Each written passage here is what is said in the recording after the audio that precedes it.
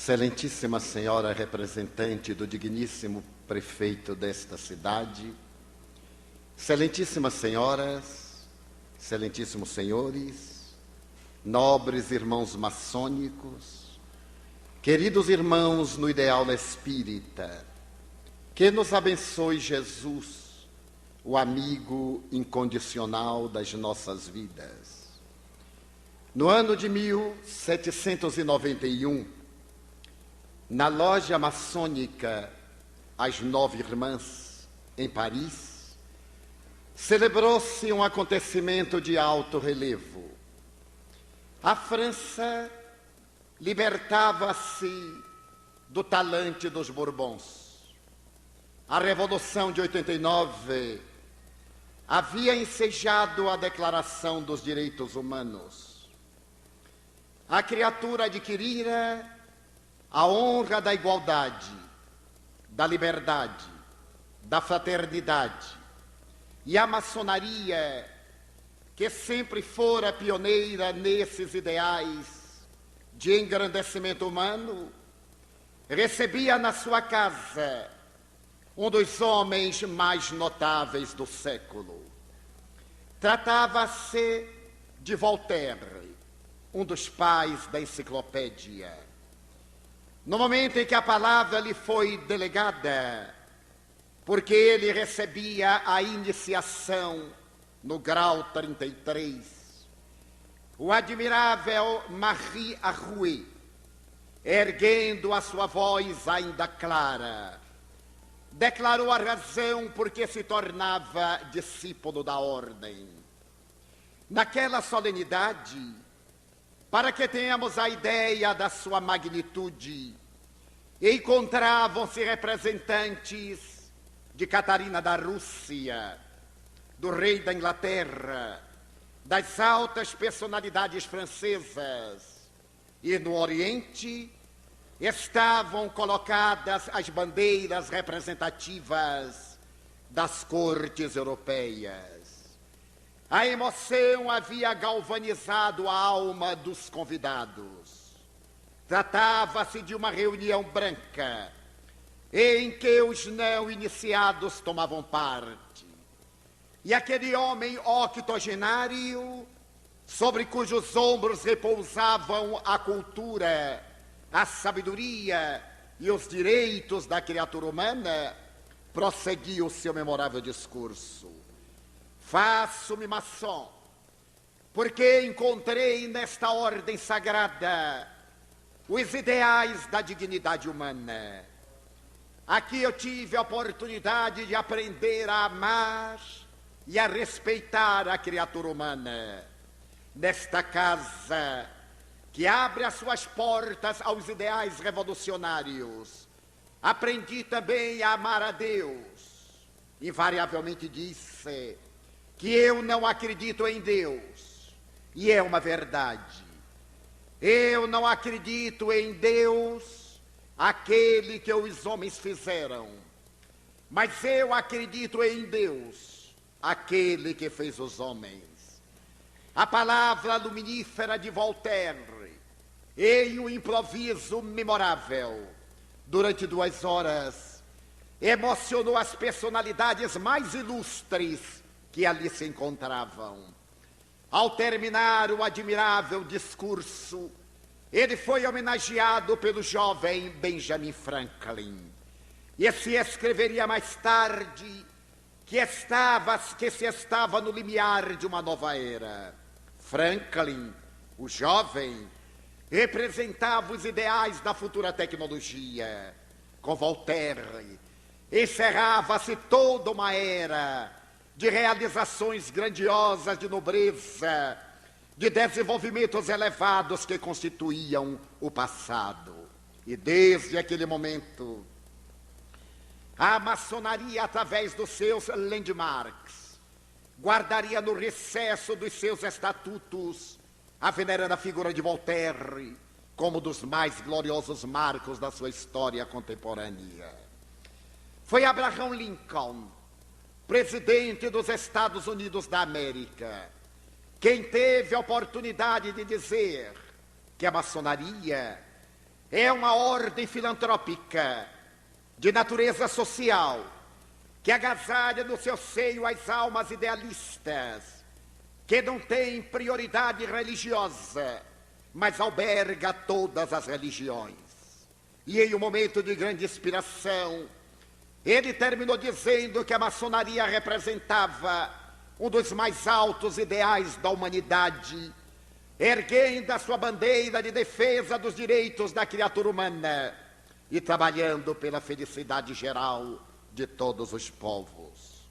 No Brasil, entre outros, Rui Barbosa teria oportunidade de dizer: onde florescem os ensinamentos maçônicos, não vicejam a ditadura, a soberania dos poderes arbitrários, nem a dominação daqueles conquistadores violentos que denigrem a condição da criatura humana.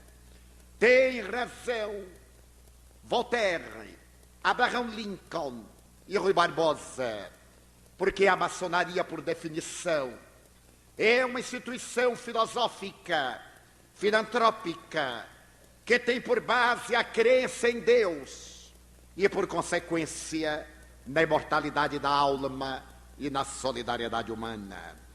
Nas suas reuniões, consagra-se o direito da liberdade e proclama-se a necessidade altruística da fé, objetivando essencialmente a dignificação da criatura ideal. A maçonaria tem as suas origens mais remotas na história do passado, desde os períodos recuados da Babilônia, da Síria, da Caldeia, na Mesopotâmia. Odiante do pensamento do povo hebreu, a maçonaria, sob outras denominações, vicejou historicamente até haver penetrado nas grandes grutas das margens do Mar Morto, onde se celebravam as memoráveis iniciações através da mensagem de libertação do homem no céu estrelado, onde o venerável mestre oferecia ao discípulo a oportunidade de ter o encontro com a sua consciência. A iniciação, àquela época simbólica, como ainda hoje, era um desafio aos valores morais e éticos do aprendiz. Abria-lhe horizontes dantes jamais sonhados, para que ele pudesse compreender o sentido, o significado da vida, e se viesse a entregar aos ideais enobrecedores em favor de um mundo melhor. A iniciação, na intimidade das grandes cavernas que circundam o Mar Morto, apresentava a ideia ancestral da origem do mundo, da criatura humana, através dos 4 elementos essenciais, mais tarde considerados elementos hipostáticos na Idade Média, em que o ser se levantava do chão, após rastejar, atravessava as labaredas de fogo, escutava as águas cantantes que jorravam do Oriente e sentia a doce brisa do vento perpassando-lhe pelos cabelos, até vencer os impulsos, domar o touro bravo das paixões e caminhar na direção de Ísis, de Osíris, para poder, diante do falo sagrado, perceber a grandiosidade da vida e a finalidade da entrega à criatura humana. Naquela oportunidade, fundamentando seus alicerces essenciais no Pentateuco mosaico, de onde retiram as bases do Templo de Salomão, para poder estabelecer as diretrizes do futuro, esta ordem sagrada, na tradição de todos os estudiosos da história, vai estabelecer que o universo provém da realidade de um olho que tudo vê, através de um triângulo, e que pode medir a realidade da vida com a perfeição do compasso. Na sua simbologia grandiosa, para poder vencer a ignorância ancestral e preservar na intimidade das almas esse sentido puro de união de identidade e de perfeita manifestação do Espírito Divino no íntimo de cada ser. Mais tarde, naturalmente, quando se estabelecem na Idade Média os poderes discricionários dos senhores feudais, quando se levantam os ditadores, e quando as doutrinas religiosas da ortodoxia ancestral proclamam a sua soberania sobre os destinos, a ordem maçônica levanta-se para poder defender o direito dos fracos, dos operários, já que a palavra maçom em francês é obreiro, para que ele tivesse a oportunidade também de trabalhar, de erguer as catedrais, os templos da fé, não apenas no mundo exterior, mas também na intimidade dos seus sentimentos. E a história nos conta que em todas as épocas depois do cristianismo e a partir do período medieval, a maçonaria levantou-se sempre contra quaisquer manifestações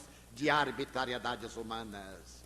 No Brasil, Dom Pedro I, por exemplo, recebeu em Niterói, na loja maçônica, o grau 33, ao lado do admirável Andrada e Silva, e quando foi necessário dar o grito de que ficaria em a nacionalidade brasileira, ele esteve assessorado por admiráveis maçons, que lhe deram o prestígio e a coragem para romper os vínculos com Portugal e, mais tarde, arrancar o país do estado de colônia para dar-lhe a independência. Na Bahia, onde sempre os ideais da liberdade vicejaram, precedendo as grandes horas revolucionárias da nacionalidade brasileira, a Revolução dos Alfaiates de 1816 havia sido estimulada pela loja maçônica, que tinha as suas dependências na ladeira da Barra, na intimidade dos santuários, onde se celebrava a comunhão com as entidades superiores da vida, e se trabalhava a realidade da criatura humana, também o direito da liberdade encontrava um campo especial, e não seja de estranhar que pelas terras da América levantaram-se maçons eminentes como San Martín e outros, que alargaram os horizontes da vida para o continente dominado por Portugal e Espanha, a fim de que a verdadeira felicidade pudesse apressar os ideais de enobrecimento e o homem fosse plenamente feliz. Com este ligeiro histórico, pretendemos homenagear a loja que celebra o seu 30º aniversário em uma hora de tantos conflitos da sociedade, em um momento de tantas dificuldades, de problemas, em que a tecnologia conduziu o homem às estrelas, mas não logrou libertá-lo do pau das paixões. Em uma hora quando as naves espaciais viajam fora do sistema solar, tentando encontrar novos ninhos, outros céus, outras oportunidades de vida, e o homem mata na rua por um par de tênis, por um pedaço de pão, ou entrega-se às vicissitudes da toxicomania, da sexolatria, da alcoolofilia, da violência, vitimado pela própria pequenez. Neste momento grave, a boca de Jesus havia oferecido uma esperança que se veio concretizar na segunda metade do século XIX, quando uma doutrina de raízes filosóficas, de fundamentos científicos e de consciências religiosas ético-morais viria conclamar o homem para uma autoanálise, para que se aprofundasse na intimidade do seu próprio ser e encontrasse os objetivos da vida. Allan Kardec, o grande codificador da doutrina espírita, que foi considerado maçom, mas que em realidade não se pôde encontrar nos traços biográficos uma documentação probatória, o que de maneira nenhuma diminui a grandeza nem a grandiosidade da maçonaria. mas que era amigo de maçons eminentes, graças ao que foi encontrado na sua casa o comprovante de alguns dos instrumentos da maçonaria, que certamente lhe foram doados por amigos muito chegados, inclusive o avental, com que os maçons celebram seu culto na intimidade dos seus templos. Allan Kardec ensejou a criatura humana a visão de um mundo feliz, através da descoberta da própria consciência. Ciência que estuda a origem, a natureza, o destino dos espíritos e as relações que existem entre o mundo espiritual e o mundo corporal. O espiritismo é uma filosofia de visão otimista que leva a criatura ao relacionamento ótimo entre o seu próximo, ele e a divindade, oferecendo-lhe na imortalidade a base para a luta e na ética do Evangelho de Jesus os meios de comportar-se de maneira feliz, dignificadora no relacionamento interpessoal na comunidade na qual se encontra situado. As duas doutrinas, não obstante com diretrizes diferentes, objetivo, o mesmo fim, tornar a criatura humana plenamente feliz. E Allan Kardec, conforme se lê o Livro dos Espíritos, na questão 621, teve ocasião de interrogar as entidades venerandas, onde se encontra escrita a lei de Deus. E as entidades redarguiram na consciência, por ser a consciência da criatura o reflexo da consciência cósmica, por ser o homem o verdadeiro santuário da divindade, por significar esse ser que evoluciona, a grande meta, a finalidade, o objetivo, o significado da vida. Eis que, mais tarde, 100 anos depois de Allan Kardec, a psicologia, realizando um périplo de evolução, vai estabelecer com Carl Gustav Jung que o momento culminante da evolução antropológica, sociológica, psicológica do ser é o momento da aquisição da consciência. A maçonaria trabalhando os seus discípulos, lapidando a pedra bruta até torná-la uma pedra lisa, trabalhada, tem como meta essencial fazer que o aprendiz aprimore o caráter, que ele, através do tronco da solidariedade, atenda às viúvas, aos órfãos, aos sofredores, que seja uma pessoa de ideal e esteja à frente dos momentos dignificantes da humanidade. O Espiritismo, bebendo na mesma fonte generosa do Evangelho de Jesus, estabelece que, idealmente, a criatura é aquela que tem o valor de reconhecer que pode evoluir cada dia mais, trabalhando-se para ser hoje melhor do que ontem e amanhã melhor do que hoje. O que equivale dizer ascendendo, lapidando as imperfeições, quebrando as arestas, e nesse atrito do dia a dia, facultando o desabrochar da divindade dentro dele, por cujo único caminho ele pode encontrar a plenitude. Odiernamente, a psicologia estabeleceu que a pessoa, do ponto de vista psicanalítico, é constituída por 4 elementos essenciais: a consciência, a personalidade, a identidade e o conhecimento. A consciência, do ponto de vista psicológico, é o momento em que o ego identifica os conteúdos psíquicos na medida em que tem conhecimento deles. Equivale dizer que somente seremos pessoas de consciência quando podemos identificar todas as nossas aspirações, quando podemos penetrar na intimidade das nossas realizações passadas e olhar para frente sem conflitos, sem desequilíbrios, com uma perfeita tranquilidade, identificando o que devemos fazer, o que podemos fazer e quando deveremos realizar. A visão de consciência junguiana supera a velha tradição do conhecimento. Antes da psicanálise, asseverava-se que uma pessoa de consciência é uma pessoa que sabe.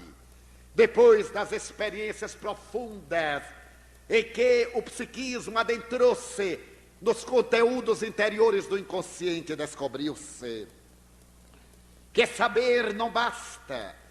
É necessário aplicar esse conhecimento, porque muitas pessoas que conhecem são inconsequentes e muitas pessoas que não conhecem são conscientes. É muito comum encontrarmos indivíduos com nível universitário, com títulos de doutor honoris causa, portadores de uma bagagem intelectual relevante, no entanto, profundamente perturbados no sentido ético. Eles têm conhecimento da vida e agem de maneira arbitrária, agressiva, perturbadora, indignificante, sem oferecer à sociedade, além de informações, exemplos que possam constituir modelos para as demais criaturas. Carl Gustav Jung estabeleceu que o momento da consciência é aquele que nos caracteriza quando deveremos fazer o que podemos e não fazer o que não devemos. A maioria de nós faz o que pode e não deve, mas raramente faz o que deve, mas não pode.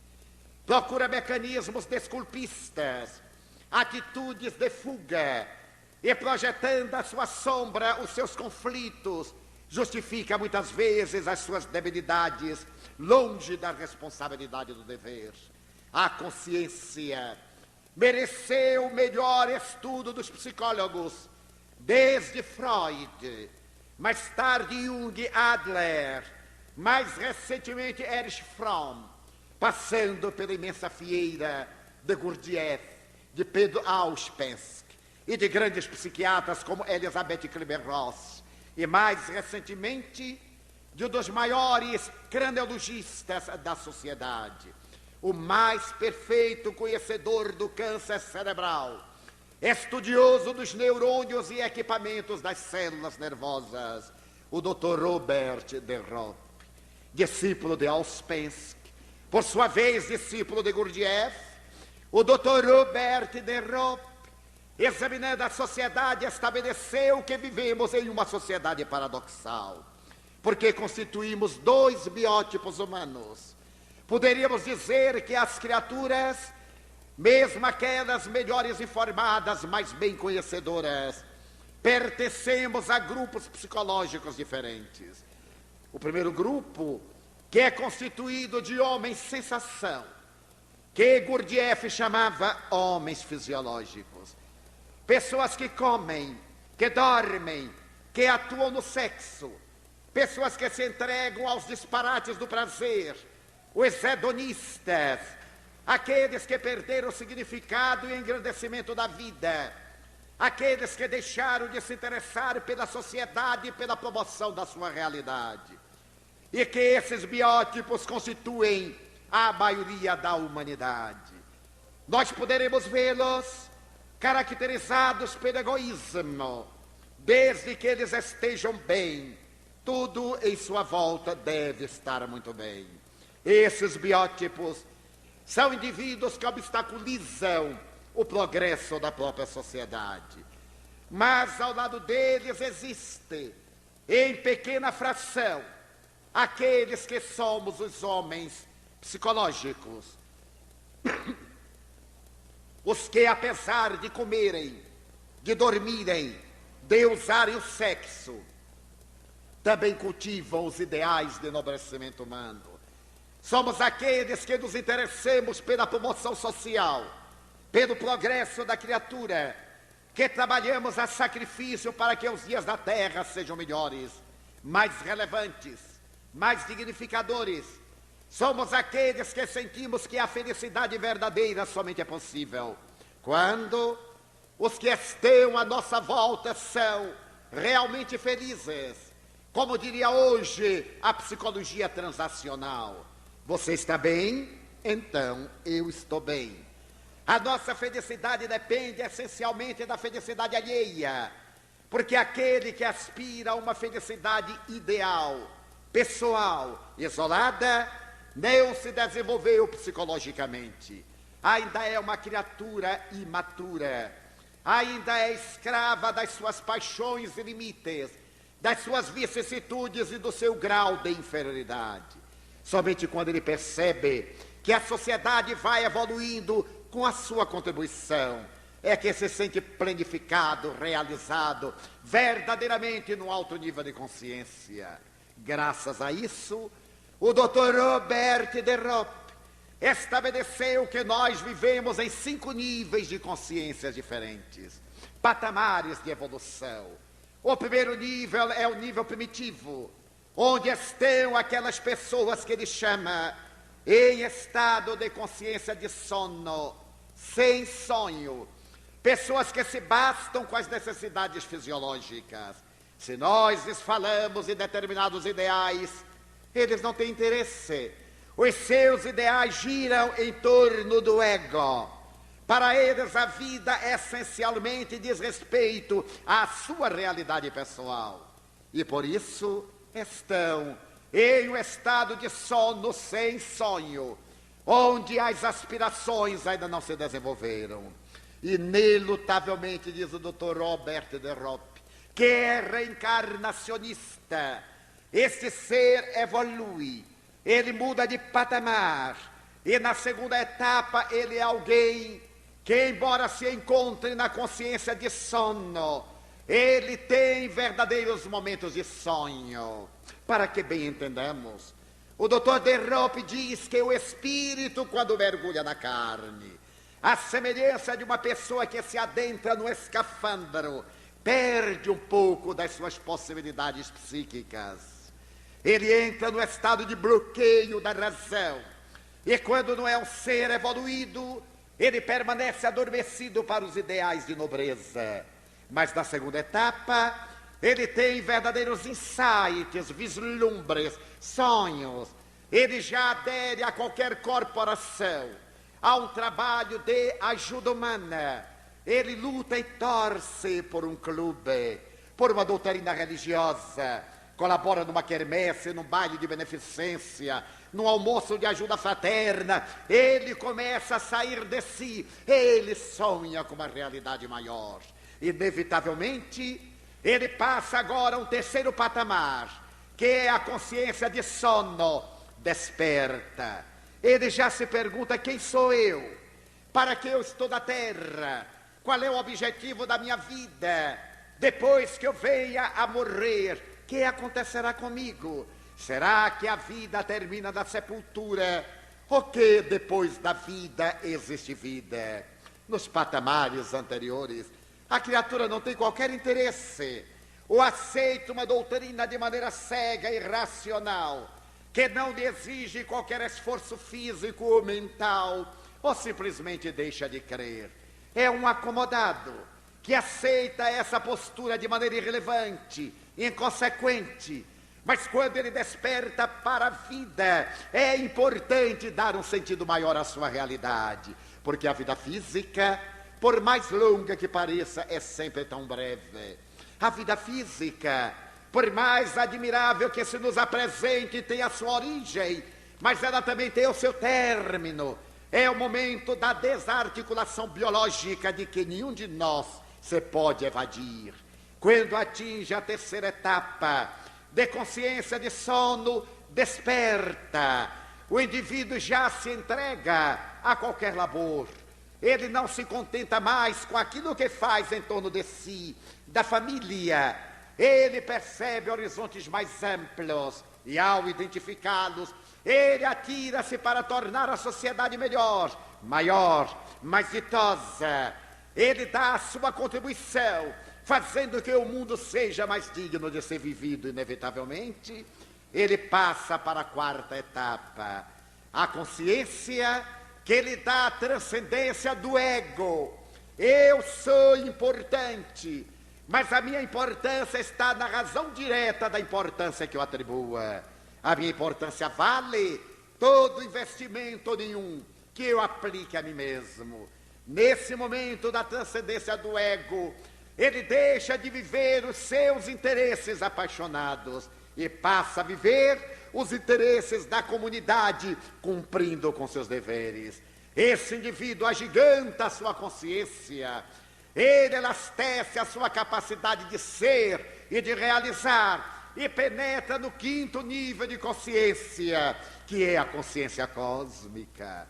Aquela consciência que se reportava o apóstolo Paulo: já não sou eu quem vivo, é Cristo que vive em mim. Ó Madre Teresa de Calcutá, a minha vida tem um sentido.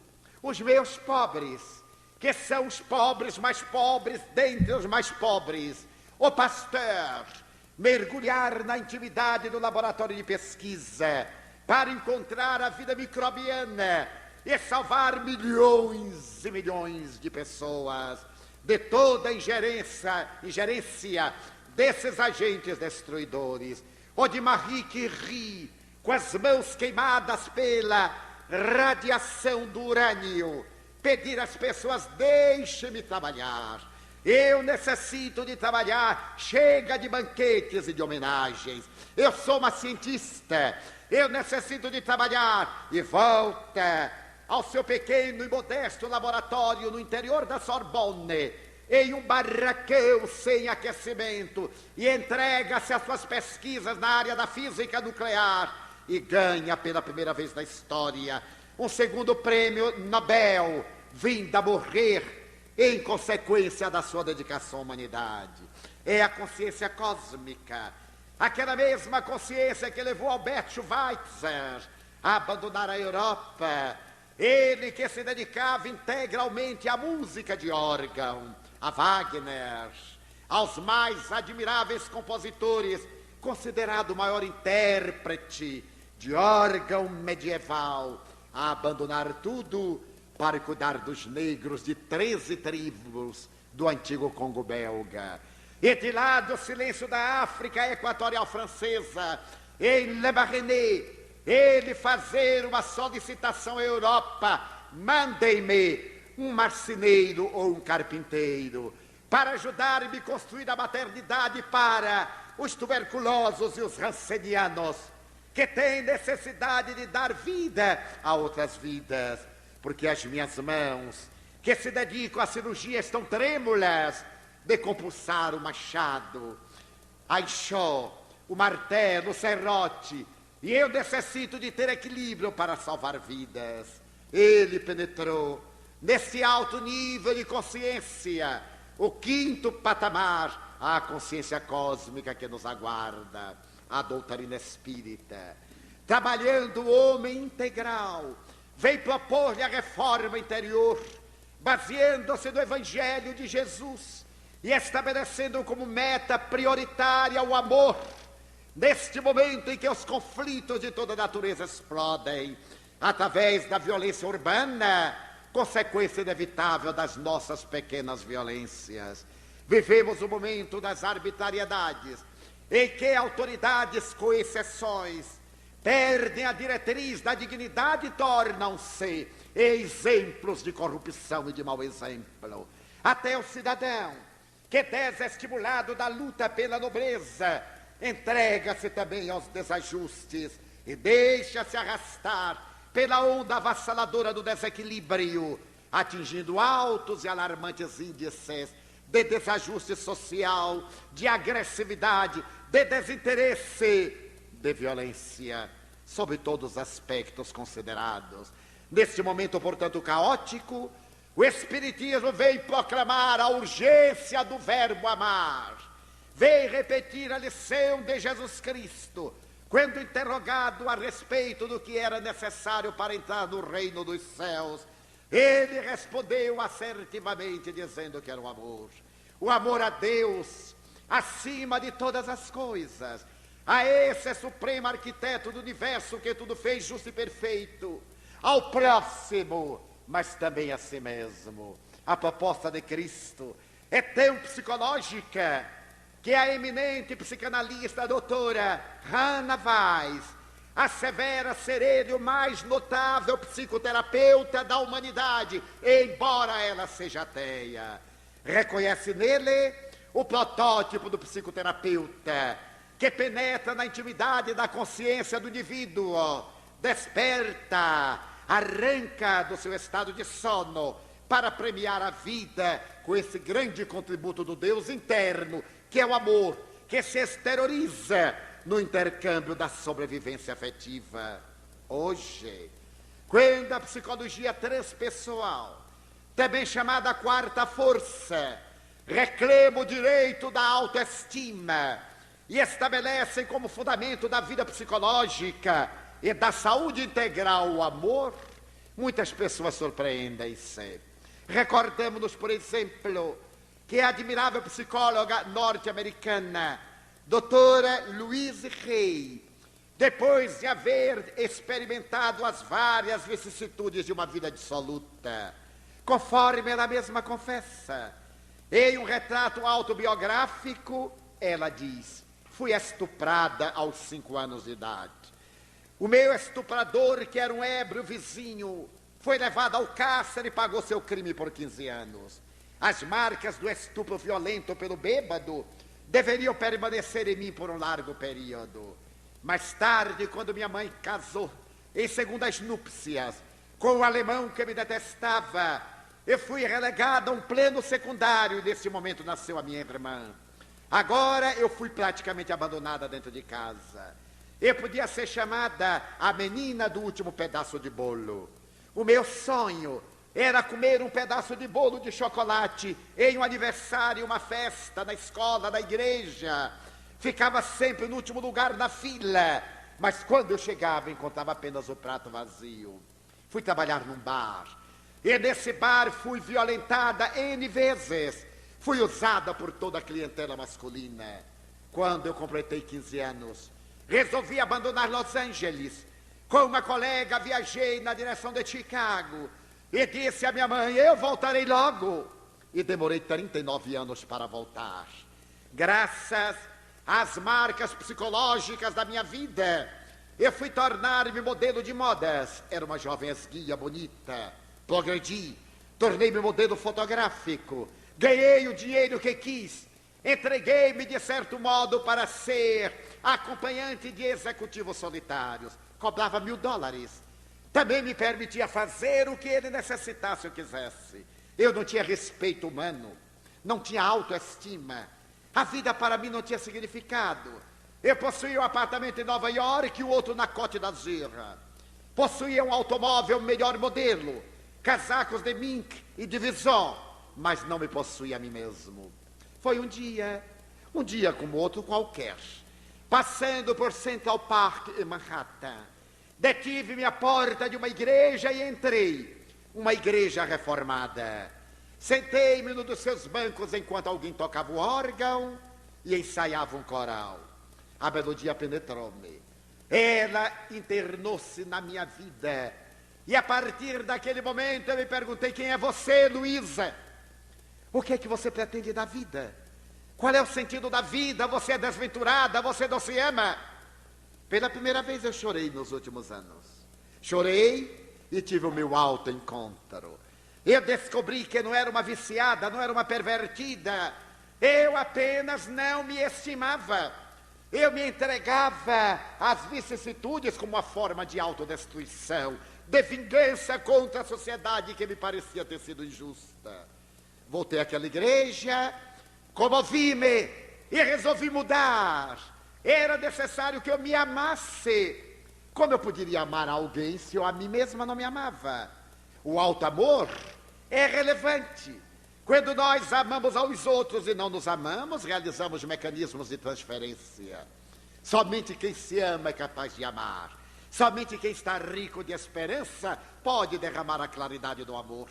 Então, depois de estudar psicologia, eu quis ser terapeuta de um grande número de mulheres como eu e de pessoas que haviam perdido a autoestima, o respeito humano. E hoje, a doutora Louise Hay é considerada a melhor psicoterapeuta americana.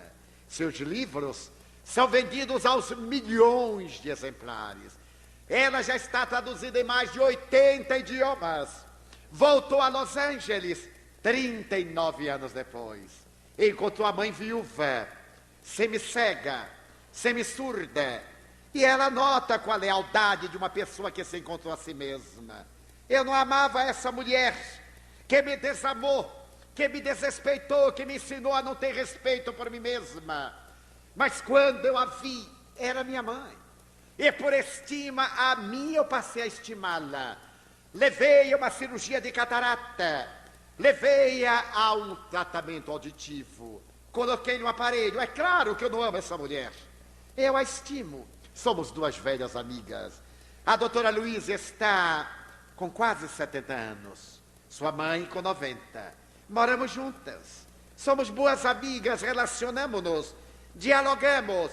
Graças à técnica terapêutica que ela descobriu, a terapia do espelho, e que a criatura se examina à semelhança de Narciso, ou à semelhança de Dorian Gray, em que a pessoa procura ocultar a sua face, e o retrato é que envelhece, mas a personalidade continua estereotipada, exterior. Então os psicólogos dizem, a pessoa é um ser constituído de 4 elementos, repetindo: a consciência, a personalidade, a identidade, o conhecimento. Ora, a consciência é essa percepção de realidade. Eu só devo fazer o que posso fazer quando devo fazer. Não é fazer quando eu quero e não posso. Ou fazer quando eu posso, mas não devo. Seria uma violência. Realizar no momento adequado, ter consciência dos deveres. A segunda parte constitutiva da pessoa é a personalidade. Todos nós somos personalidades várias. Há pessoas que quando trocam de roupa, também trocam de personalidade. Em casa, são pessoas comuns, pessoas simples, joviais. Mas quando vão a uma festa, ao banquete, usam traje de gala, mudam de personalidade, tomam empáfia, adquirem uma posição soberana, e a gente se imagina para fulano, vê? Ele muda, porque personalidade é máscara, vem da palavra grega persona, a máscara que os atores colocavam na face para traduzir aqueles a quem representavam, e ao mesmo tempo para poder projetar a voz. No anfiteatro grego, a personalidade em nossa sociedade parece muito importante. A maioria das pessoas hoje diz, não, nós temos que parecer. Não é muito importante ser, dizem eles, mas é o que nós parecemos. Daí nós somos pessoas neuróticas, porque parecemos uma coisa, mas somos outra. Quantas vezes dizemos, aquele casal é um casal ideal. Imagine como se beija de público e como se odeia dentro de casa. Ali é a personalidade, é a projeção da imagem, é a sombra, é para estar bem socialmente. A personalidade é qualquer uma coisa que nós vamos realizando para impressionar. É a viagem para fora. Isso constitui parte da criatura humana. A terceira parte constitutiva da pessoa é a identidade. Todos nós nos identificamos com vários fatores. Identificamos-nos com esta arte, com aquele sentido da vida. Nos identificamos com tal e qual dever. Nos identificamos com esse ou aquele prazer, esse ou aquele desporto.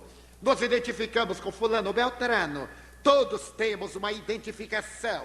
Se perguntar, como é seu filho fulano? Bem, ele é um aficionado do futebol, ou do basquetebol, ou das drogas. Agora é mais fácil ser das drogas do que de outra coisa. E como é que é seu marido? Ah, ele é muito mulherengo. E aí a pessoa dá aquele riso conivente de que é uma grande coisa ser mulherengo. Demonstra que ele é um inseguro, é um instável emocionalmente. Não desenvolveu ainda a maturidade psicológica, porque o fato de viver variando é porque não tem segurança de si mesmo. Ele tem dúvida da sua potencialidade, da sua masculinidade. Por isso ele está sempre procurando desafios. Personalidade. Ele está identificado com o jogo da ilusão. E todos nós, de certo modo, temos a nossa identidade. A identidade com aquilo com o que convivemos e que nos impregna. A quarta parte é o conhecimento. A soma das nossas experiências, O que é que nós sabemos da vida? Qual é a doutrina que nós estudamos, a filosofia que seguimos? Mas esta é a visão psicológica, a doutrina espírita. Igualmente a maçonaria tem uma quinta parte constitutiva da pessoa, que é a individualidade. Se a personalidade é transitória, se o conhecimento é uma fase de experiência, se a identidade é um permanente crescer, o indivíduo é esta realidade eterna, o espírito imortal, que viaja através de várias reencarnações e em cada etapa adquire experiências que vão sendo somadas para constituir a sua individualidade. Eu sou hoje a pessoa Divaldo, a persona que tem estas e aquelas características. Esse conhecimento, essa identidade com o Espiritismo, a consciência do seu direito de ser, de crer, de agir e o dever de não perturbar a ninguém. Mas em realidade, na minha próxima experiência carnal, eu poderia ser Antônio Manuel, Margarida ou Josefa, mas eu serei a síntese de todas as minhas reencarnações. O Espiritismo, iluminando a psicologia, veio dizer que nós somos autores do nosso destino. Somos hoje o resultado das nossas experiências passadas. Seremos amanhã o resultado das nossas experiências futuras. A felicidade está diante de nós, desde que não seja uma felicidade hedonista, imediatista. Essa felicidade que se apoia no ter, mas aquela felicidade que decorre do ser. Em um dos livros sagrados dos Hebreus, o Talmud, há uma história muito peculiar. Narra-se que 2 judeus na terra tinham casas comerciais fronteiriças. Uma estava próxima à outra, em cada uma da qual se encontrava um dos hebreus. Eles eram bons judeus, frequentavam a sinagoga, eram bons pais, bons esposos, bons cidadãos. Mas quando eles chegavam à casa comercial, eram inimigos entre si. Quando o cliente entrava naquela casa, o de cá rebelava-se, erguia a sua voz e gritava contra Deus, blasfemava. Quando alguém entrava na casa deste, aquele erguia a voz desesperado, odiava-o e viviam numa larga pendenga. Porque fossem bons judeus, Jeová teve compaixão de ambos e mandou que um anjo viesse à terra com infinitos poderes para poder modificar aquela estrutura de animosidade injustificável.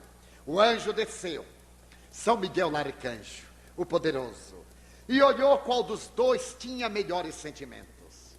Aquele dali era mais generoso. São Miguel foi até ele e disse: eu sou o arcanjo São Miguel. Veio em nome de Jeová com uma incumbência muito confortadora. Eu venho dizer-te que é necessário acabar essa briga. Jeová está interessado que ambos se deem as mãos para ganharem a plenitude do reino. Então Jeová mandou que eu te dissesse que ele te dará tudo quanto tu queiras, desde que faças as pazes com o teu irmão. E o judeu disse: mas o que é que eu vou pedir a Jeová? O anjo, o arcanjo, que era muito sábio, disse: pede-lhe dinheiro. Mas quanto eu vou pedir dinheiro? O que tu quiseres. O que tu quiseres, Jeová te dará. Então o judeu brilhou os olhos e disse: então eu pediria $100.000. Naquela época, o Cruzeiro Real e a URV não valiam nada. Mas $100.000, disse-lhe o anjo indagando. Pede-lhe $1 milhão. Pede-lhe $1 bilhão. É a Jeová, pede-lhe o máximo. O judeu disse: eu posso pedir $1 bilhão? Podes. O que tu pedires, Jeová te dará. Pois eu quero $1 bilhão. E já que era tão fácil o negócio, ele perguntou: eu poderia pedir também uma mansão? O anjo disse: pede-lhe 10 mansões, com quadra de tênis, com piscina, como tu imagines. Então o judeu disse: eu quero 10 mansões. E poderia pedir um automóvel? Sim. Não pede as carroças brasileiras, não. Pede 10 Rolls Royce. Mas 10 Rolls Royce? Olha, eu estou desconfiado, hein? Deve ter alguma condição. O anjo disse, é verdade. Há uma pequena condição. Qual é a condição? Jeová disse que tudo quanto tu pedires, ele te dará, mas dará em dobro ao teu amigo. Não, então eu não quero. Imagine, ele vai ficar mais rico do que eu. Mas, homem, tu vais ter $1 bilhão e ele terá 2. Tu vais ter 10 mansões, ele terá 20. Vais ter 10 Rolls Royce, ele terá 20, não quero. Mas, homem, se a briga é porque ele vende, porque tu vendes, ambos terão uma fortuna incalculável. Ah, sim. Mas com essa condição eu não aceito. Eu aceitarei naturalmente se ele continuar na miséria. O anjo disse, isso eu não posso. A minha missão é de paz. E tentou, não o dissuadiu. Quando se cansou, o arcanjo falou-lhe, Vome, queda-te. Infelizmente eu não te posso ajudar.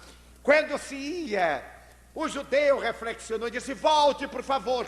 Por favor, diga-me, tudo que eu pedir a Jeová, ele me dará. Ele te dará. E dará em dobro ao infame do meu inimigo, que vai ser meu amigo. Ele dará em dobro. O Senhor me garante, o anjo disse, eu já te disse. Eu sou arcanjo do reino. A minha palavra não tem volta. Ele dará em dobro ao outro. Dará. Então eu quero uma coisa. Só uma coisa. Eu quero que Jeová me ponha cego deste olho.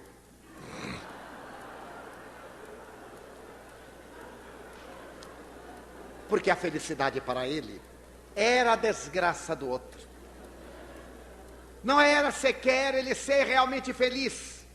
Aqueles que ainda estão na consciência de sono pretendem que a sua seja a felicidade ideal, sem acompanhamento. E a dos outros seja a tragédia.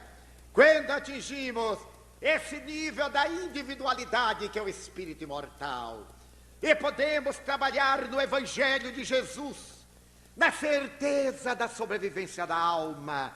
O meu futuro eu trabalho a cada instante, dia a dia, através dos meus atos. Se eu estou nesta oportunidade assinalado por dramas e problemas, eu poderei mudar, transformando-me para melhor. Eu sou o semeador. Até agora eu semeei cardos e espículos, que estou a colher através de sofrimentos e de lágrimas. Cumpro-me a tarefa de semear esperança, de fazer sol, para poder desfrutar da felicidade e da plenitude. A proposta da maçonaria trabalhando o homem desde os recuados tempos do Mar Morto em Israel até a atualidade é a transformação moral do pedreiro, do discípulo que se transforma em mestre, do aprendiz. A proposta da maçonaria da construção de uma nova sociedade através do indivíduo no landmark número 19, e que ele tem o direito de agir, mas não tem o direito de se equivocar. Não lhe é permitido o direito de manter uma atitude que não diga, dentro dos cânones estabelecidos nos estatutos da ordem maçônica francesa. A proposta da maçonaria dignificante é de que a sociedade será feliz, porque estamos saindo da treva para a luz, da sombra para a claridade, da meia-noite para o amanhecer. E a proposta do Espiritismo, doutrina científico-filosófica religiosa, é de que a sociedade será o que dela o cidadão faça. Pela sua transformação moral, se conhecerá o verdadeiro espírita, como disse Jesus de referência ao cristão, pelo fruto conhece-se a árvore. Em uma hora desta não podíamos deixar de evocar Voltaire e de imaginar a magna sessão da loja Nove Irmãs, depois daqueles dias de arbitrariedades da Revolução, quando foi proclamada a Constituição dos Direitos Humanos, e ele dizer: eu creio no Deus que fez os homens, mas não creio no Deus que os homens fizeram. Um Deus apaixonado, um Deus antropomorfo, um Deus pequenino, um Deus vingativo. Revejo pela tela da imaginação aquele momento que antecedia uma alvorada nova, que foi a alvorada do século XIX, que nos deu os eminentes cientistas, que libertou a ciência do tacão da religião, que enriqueceu a humanidade com pensadores admiráveis, que nos deram a estrutura da filosofia, com homens de escola, como Allan Kardec, o codificador do espiritismo, Lázaro Ludovico Zamenhof, o criador do Esperanto, cientistas como Pasteur, como Liszt, Metchnikoff, como Hansen, como Koch, e outros que nos ensejaram uma vida mais ampla, pensadores como Bergson, Kant, Schopenhauer, que alargaram os horizontes e a visão da Terra, anunciando uma era nova, que parece uma Jerusalém libertada, um novo Canaã, quando nós nos pudermos amar a nós mesmos, quando nos respeitarmos a nós próprios, quando tivermos uma autoestima que nos emule a nos transformarmos sempre para melhor, a encontrar a saúde perfeita, a harmonia entre o psiquismo, o físico e o espiritual, nesse sentido holístico da medicina contemporânea. Quando chegarmos a esse ideal, daremos as mãos uns aos outros, e embora o tumulto que reina lá fora, os disparates que dominam nesta noite e as calamidades de cada dia, podermos dizer: ó Supremo Arquiteto do Universo, que tudo fizestes justo e perfeito, eu vos quero louvar. Há tanta coisa maravilhosa para agradecer, há tanta beleza para emocionar, que eu não tenho nada para pedir. Eu quero dar, quero dizer que a vida é bela, é consentida, é digna de ser vivida. Muito obrigado, Senhor, pelo que me deste, pelo que me dás, pelo ar, pelo pão, pela paz. Muito obrigado pela beleza que os meus olhos veem no altar da natureza, olhos que fitam o céu, a terra e o mar, que acompanham a ave ligeira que corre fagueira pelo céu de anil e se detém na terra verde salpicada de flores em tonalidades mil. Muito obrigado, Senhor, porque eu posso ver meu amor. Diante da minha visão, eu contemplo a humanidade, eu vejo a multidão e encontro os cegos, que tropeçam na escuridão, que andam na solidão. Por eles eu oro e a ti eu peço comiseração, porque eu sei que depois desta lida, na outra vida, eles também enxergarão. Muito obrigado, Senhor, pelos ouvidos meus, que me foram dados por Deus, ouvidos que ouvem o tamborilar da chuva no telheiro, a melodia do vento nos ramos do salgueiro e as lágrimas que vertem os olhos do mundo inteiro. Ouvidos que ouvem a música do povo que desce do morro na praça a cantar, a melodia dos imortais que a gente ouve uma vez e não esquece nunca mais, a voz melodiosa, candora melancólica do boiadeiro e a dor que geme e chora do coração do mundo inteiro. Pela minha faculdade de ouvir, pelos surdos eu te quero pedir. Eu sei que depois desta dor no teu reino de amor, eles voltarão a sentir. Muito obrigado pela minha voz, mas também pela voz que ama, que declama, que ensina, que alfabetiza, que ilumina, pela voz que trauteia uma canção e que o teu nome murmura com sentido e emoção. Diante da minha melodia, eu te quero rogar pelos que sofrem de afasia, aqueles que não cantam de noite, os que não falam de dia. Eu sei que depois desta prova, na vida nova, eles cantarão.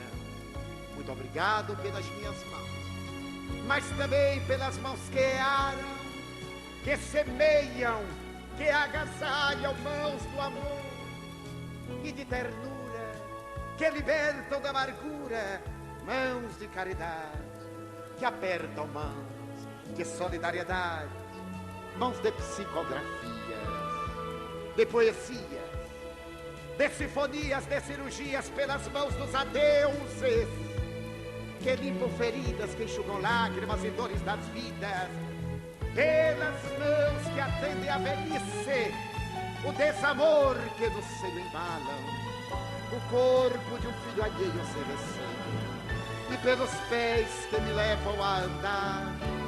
Muito obrigado, Senhor, porque eu posso bailar diante do meu corpo perfeito. Eu te quero louvar, porque eu vejo na terra infelizes, aleijados, amputados, marcados, deformados, paralisados, desesperados, que não podem andar. Oro por eles. Eu sei que depois desta expiação, na outra reencarnação, eles também bailarão. Muito obrigado por ter um lar. É tão maravilhoso ter um lar. Não é importante se este lar é uma mansão ou uma tapera, se é um ninho ou uma casa no caminho, uma favela, se é um bangalô, seja lá o que for, mas é importante que dentro dele exista a figura do amor de mãe ou de pai, de esposo, de marido, de filho, de irmão, a presença de um amigo, alguém que nos dê a mão. É muito triste quando estamos na solidão, pelo menos a companhia de um cão.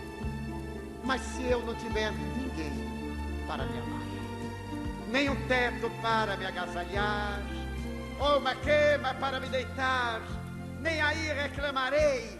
Pelo contrário, eu te direi: obrigado, Senhor, porque eu nasci. Muito obrigado, porque eu creio em ti, pelo teu amor. Obrigado, Senhor, pela sua atenção. Obrigado, Senhor.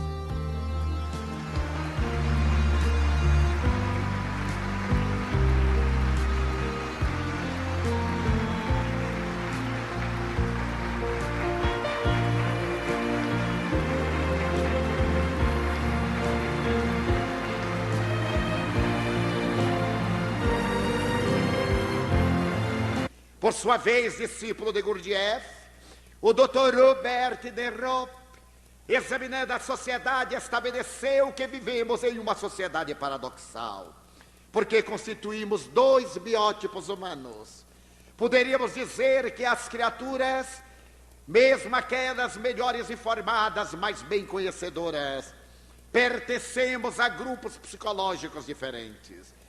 O primeiro grupo, que é constituído de homens sensação, que Gurdjieff chamava homens fisiológicos. Pessoas que comem, que dormem, que atuam no sexo. Pessoas que se entregam aos disparates do prazer. Os hedonistas, aqueles que perderam o significado e o engrandecimento da vida. Aqueles que deixaram de se interessar pela sociedade e pela promoção da sua realidade. E que esses biótipos constituem a maioria da humanidade.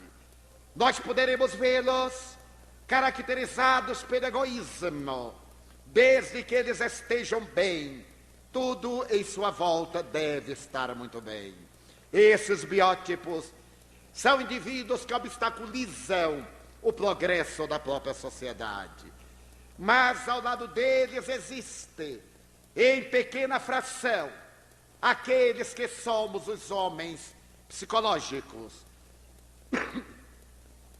os que, apesar de comerem, de dormirem, de usarem o sexo, também cultivam os ideais de enobrecimento humano. Somos aqueles que nos interessamos pela promoção social, pelo progresso da criatura, que trabalhamos a sacrifício para que os dias da terra sejam melhores, mais relevantes, mais dignificadores. Somos aqueles que sentimos que a felicidade verdadeira somente é possível quando os que estão à nossa volta são realmente felizes. Como diria hoje a psicologia transacional: você está bem? Então eu estou bem. A nossa felicidade depende essencialmente da felicidade alheia. porque aquele que aspira a uma felicidade ideal, pessoal, isolada, não se desenvolveu psicologicamente. Ainda é uma criatura imatura, ainda é escrava das suas paixões e limites, das suas vicissitudes e do seu grau de inferioridade. Somente quando ele percebe que a sociedade vai evoluindo com a sua contribuição, é que se sente planificado, realizado, verdadeiramente num alto nível de consciência. Graças a isso, o Dr. Robert de Ropp estabeleceu que nós vivemos em 5 níveis de consciências diferentes, patamares de evolução. O primeiro nível é o nível primitivo, onde estão aquelas pessoas que ele chama em estado de consciência de sono, sem sonho, pessoas que se bastam com as necessidades fisiológicas. Se nós lhes falamos em determinados ideais, eles não têm interesse. Os seus ideais giram em torno do ego. Para eles, a vida essencialmente diz respeito à sua realidade pessoal. E por isso estão em um estado de sono sem sonho, onde as aspirações ainda não se desenvolveram. Inelutavelmente, diz o Dr. Robert de Ropp, que é reencarnacionista, este ser evolui, ele muda de patamar, e na segunda etapa ele é alguém que, embora se encontre na consciência de sono, ele tem verdadeiros momentos de sonho. Para que bem entendamos, o Dr. de Ropp diz que o espírito, quando mergulha na carne, a semelhança de uma pessoa que se adentra no escafandro, perde um pouco das suas possibilidades psíquicas. Ele entra no estado de bloqueio da razão, e quando não é um ser evoluído, ele permanece adormecido para os ideais de nobreza. Mas na segunda etapa, ele tem verdadeiros insights, vislumbres, sonhos. Ele já adere a qualquer corporação, a um trabalho de ajuda humana. Ele luta e torce por um clube, por uma doutrina religiosa, colabora numa quermesse, num baile de beneficência, num almoço de ajuda fraterna. Ele começa a sair de si, ele sonha com uma realidade maior. Inevitavelmente, ele passa agora a um terceiro patamar, que é a consciência de sono desperta. Ele já se pergunta: quem sou eu? Para que eu estou na Terra? Qual é o objetivo da minha vida? Depois que eu venha a morrer, o que acontecerá comigo? Será que a vida termina na sepultura?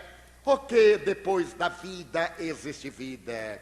Nos patamares anteriores, a criatura não tem qualquer interesse, ou aceita uma doutrina de maneira cega e irracional, que não lhe exige qualquer esforço físico ou mental, ou simplesmente deixa de crer.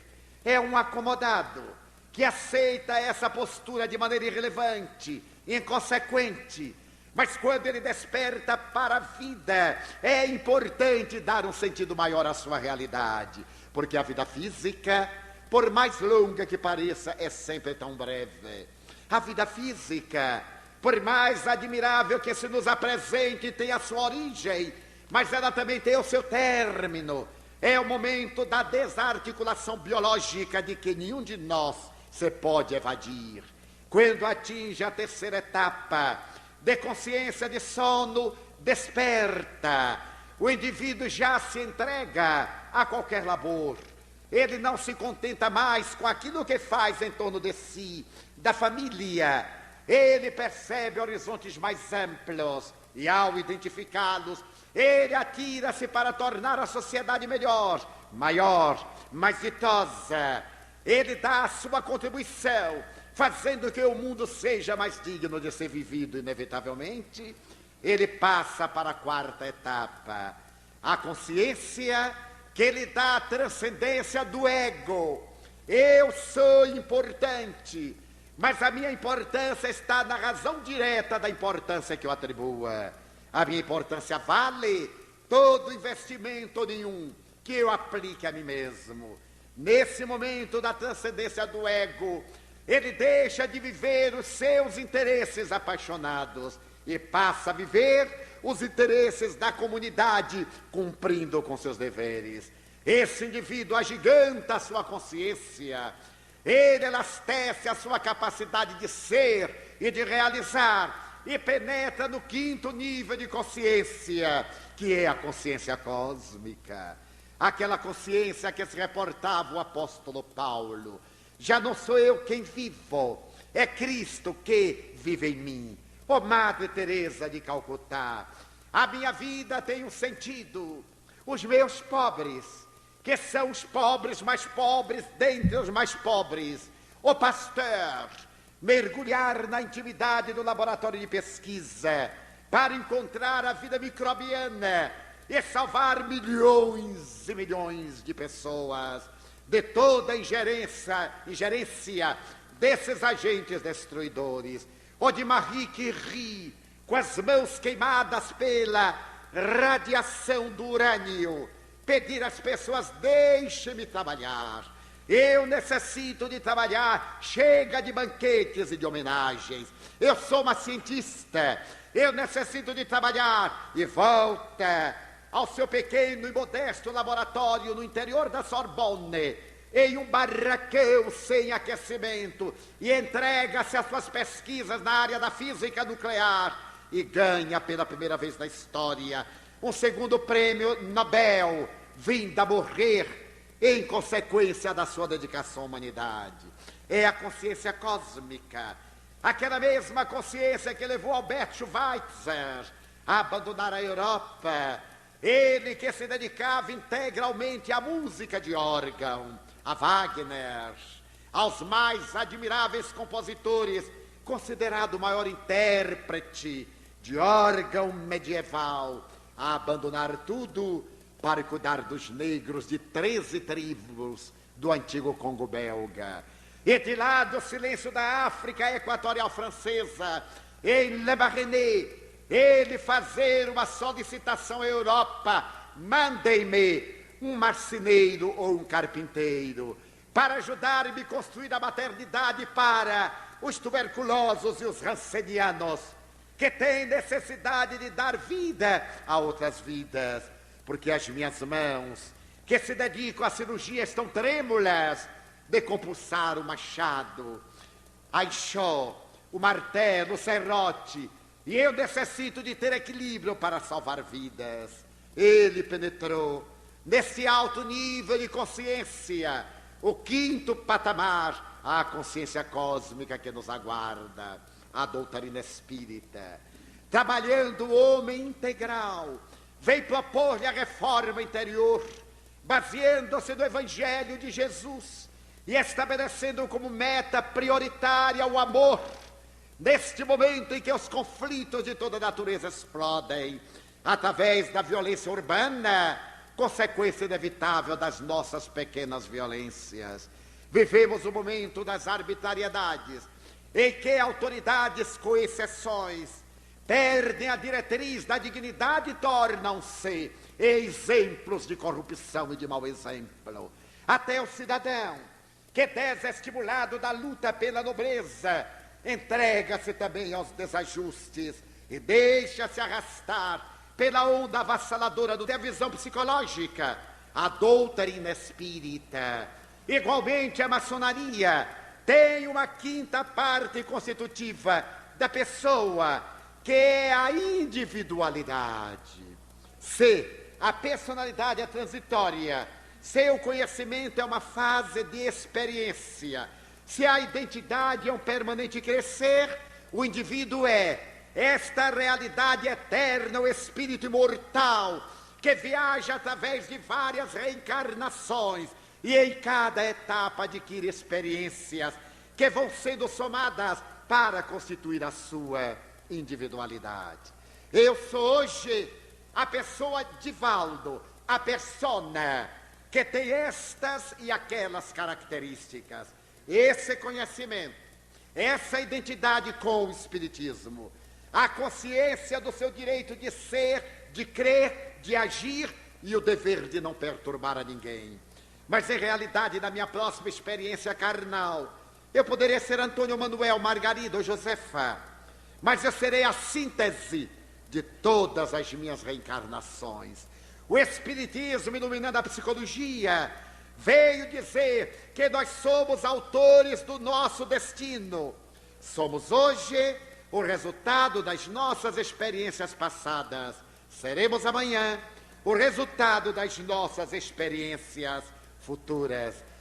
A felicidade está diante de nós, desde que não seja uma felicidade hedonista, imediatista. Essa felicidade que se apoia no ter, mas aquela felicidade que decorre do ser. Em um dos livros sagrados dos Hebreus, o Talmud, há uma história muito peculiar. Narra-se que 2 judeus na terra tinham casas comerciais fronteiriças. Uma estava próxima à outra, em cada uma da qual se encontrava um dos hebreus. Eles eram bons judeus, frequentavam a sinagoga, eram bons pais, bons esposos, bons cidadãos. Mas quando eles chegavam à casa comercial, eram inimigos entre si. Quando o cliente entrava naquela casa, o de cá rebelava-se, erguia a sua voz e gritava contra Deus, blasfemava. Quando alguém entrava na casa deste, aquele erguia a voz desesperado, odiava-o e viviam numa larga pendenga. Porque fossem bons judeus, Jeová teve compaixão de ambos e mandou que um anjo viesse à terra com infinitos poderes para poder modificar aquela estrutura de animosidade injustificável. O anjo desceu, São Miguel Arcanjo, o poderoso, e olhou qual dos dois tinha melhores sentimentos. Aquele dali era mais generoso. São Miguel foi até ele e disse: eu sou o arcanjo São Miguel. Veio em nome de Jeová com uma incumbência muito confortadora. Eu venho dizer-te que é necessário acabar essa briga. Jeová está interessado que ambos se deem as mãos para ganharem a plenitude do reino. Então Jeová mandou que eu te dissesse que ele te dará tudo quanto tu queiras, desde que faças as pazes com o teu irmão. E o judeu disse: mas o que é que eu vou pedir a Jeová? O anjo, o arcanjo, que era muito sábio, disse: pede-lhe dinheiro. Mas quanto eu vou pedir dinheiro? O que tu quiseres. O que tu quiseres, Jeová te dará. Então o judeu brilhou os olhos e disse: então eu pediria $100.000. Naquela época, o Cruzeiro Real e a URV não valiam nada. Mas $100.000, disse-lhe o anjo indagando. Pede-lhe $1 milhão. Pede-lhe $1 bilhão. É a Jeová, pede-lhe o máximo. O judeu disse: eu posso pedir $1 bilhão? Podes. O que tu pedires, Jeová te dará. Pois eu quero $1 bilhão. E já que era tão fácil o negócio, ele perguntou: eu poderia pedir também uma mansão? O anjo disse: pede-lhe 10 mansões, com quadra de tênis, com piscina, como tu imagines. Então o judeu disse: eu quero 10 mansões.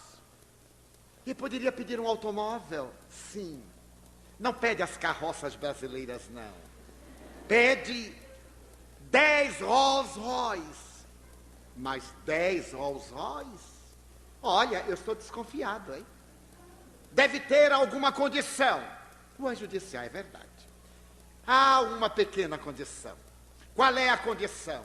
Jeová disse que tudo quanto tu pedires, ele te dará, mas dará em dobro ao teu amigo. Não, então eu não quero.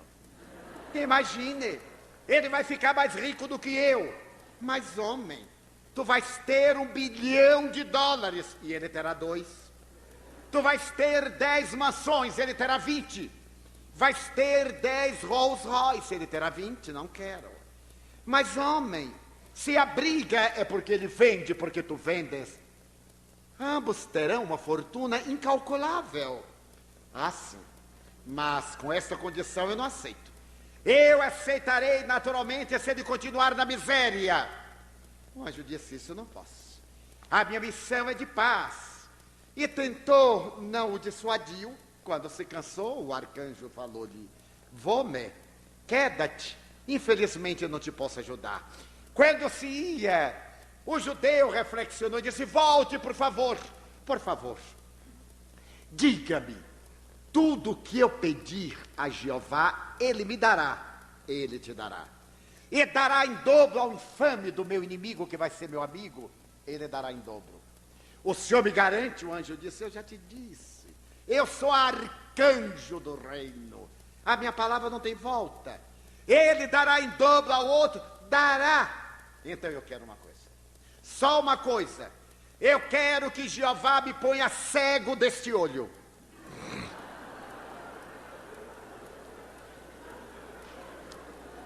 Porque a felicidade para ele era a desgraça do outro. Não era sequer ele ser realmente feliz. Aqueles que ainda estão na consciência de sono pretendem que a sua seja a felicidade ideal, sem acompanhamento. E a dos outros seja a tragédia.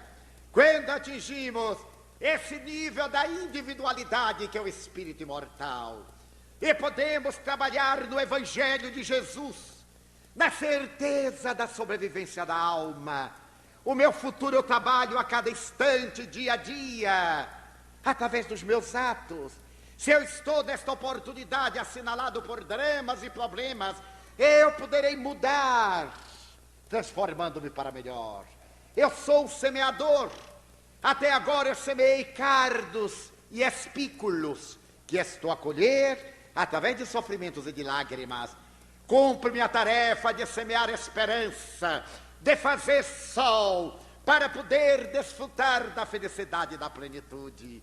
A proposta da maçonaria trabalhando o homem desde os recuados tempos do Mar Morto em Israel até a atualidade é a transformação moral do pedreiro, do discípulo, que se transforma em mestre, do aprendiz. A proposta da maçonaria da construção de uma nova sociedade, através do indivíduo no landmark número 19, e que ele tem o direito de agir, mas não tem o direito de se equivocar. Não lhe é permitido o direito de manter uma atitude que não diga, dentro dos cânones estabelecidos nos estatutos da ordem maçônica francesa. A proposta da maçonaria dignificante é de que a sociedade será feliz, porque estamos saindo da treva para a luz, da sombra para a claridade, da meia-noite para o amanhecer. E a proposta do Espiritismo, doutrina científico-filosófica religiosa, é de que a sociedade será o que dela o cidadão faça. Pela sua transformação moral, se conhecerá o verdadeiro espírita, como disse Jesus de referência ao cristão: pelo fruto conhece-se a árvore. Em uma hora desta não podíamos deixar de evocar Voltaire e de imaginar a magna sessão da loja Nove Irmãs, depois daqueles dias de arbitrariedades da Revolução, quando foi proclamada a Constituição dos Direitos Humanos, e ele dizer: eu creio no Deus que fez os homens, mas não creio no Deus que os homens fizeram. Um Deus apaixonado, um Deus antropomorfo, um Deus pequenino, um Deus vingativo.